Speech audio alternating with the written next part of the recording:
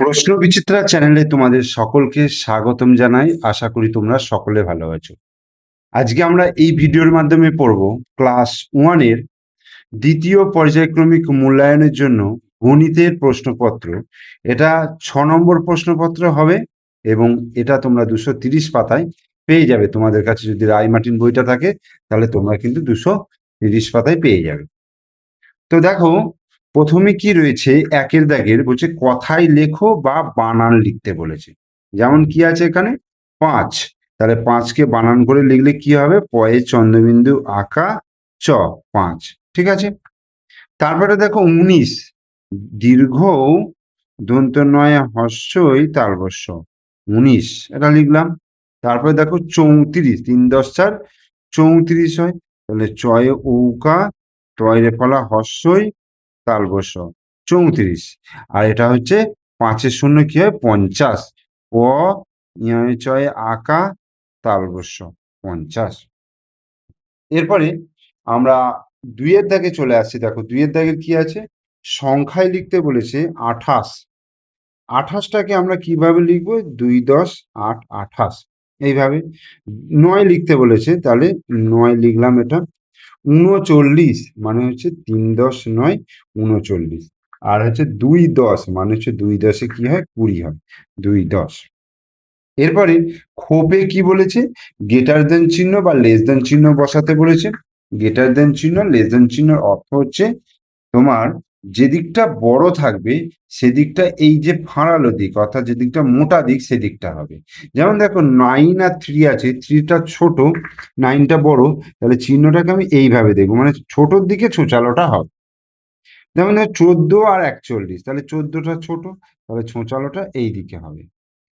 20 আর 29, তাহলে 20টা ছোট, তাহলে এরকম হবে। আর 51 আর 25, তাহলে 51টা দেখো বড় আর 25টা হচ্ছে ছোট, তাহলে এইরকম ভাবে হবে। এবার বাম দিকের সঙ্গে ডান দিকের মিলন স্থাপন করতে বলেছে। বাম দিকের সঙ্গে ডান দিক, যেমন দেখো 6 থেকে 3 বিয়োগ করলে কত হবে 3, এখানে দেখো 3 রয়েছে, তাহলে এটার সঙ্গে এটা মিল হলো। 9 থেকে 2 বিয়োগ করলে হবে 7, তাহলে এর সঙ্গে এটা গেল। আবার 7 থেকে 3 বিয়োগ করলে হবে 4, তাহলে এই গেল। আর 5 থেকে 4 বিয়োগ করলে হবে 1, তাহলে এটার সঙ্গে এটা মিলে গেল। এরপরে দেখো এই ঘরের ভিতরে বলছে সমান চিহ্ন এবং অসমান চিহ্ন বসাতে বলেছে। 4 আর 4 কত 8, 8 আর এদিকে 9 আছে, তার মানে এটা হচ্ছে অসমান চিহ্ন বসবে। 7 থেকে 2 বিয়োগ করলে কত হবে 5, আর এদিকেও 5, তার মানে এটা হচ্ছে সমান চিহ্ন। 4 আর 3 যোগ করলে কত হচ্ছে 7, এদিকেও 7, তার মানে এটা সমান চিহ্ন হবে। 5 থেকে 2 বিয়োগ করলে কত হচ্ছে 3, তাহলে 3-এর সঙ্গে 4 কি হচ্ছে অসমান হয়ে গেল। এবার 6-এর দাগে দেখো বলছে 7 14 23 16 এবং 9, না আছে 96, এটা কি বোঝা যাচ্ছে 14, আচ্ছা এটা একই আছে মানে 16 9। সংখ্যাগুলি দিয়ে বড় থেকে ছোট এবং ছোট থেকে বড় সাজাতে বলছে। বড় থেকে ছোট, তার মানে এখানে 23 হচ্ছে সব থেকে বড়, তারপরে হচ্ছে 16, তারপরে হচ্ছে 14, তারপরে হচ্ছে 9, তারপর হচ্ছে 7। এবার ছোট থেকে বড় বললে খালি জাস্ট উল্টে দিকে সাজিয়ে দিলেই হবে, 7 9 14 16 আর হচ্ছে 23। ওকে।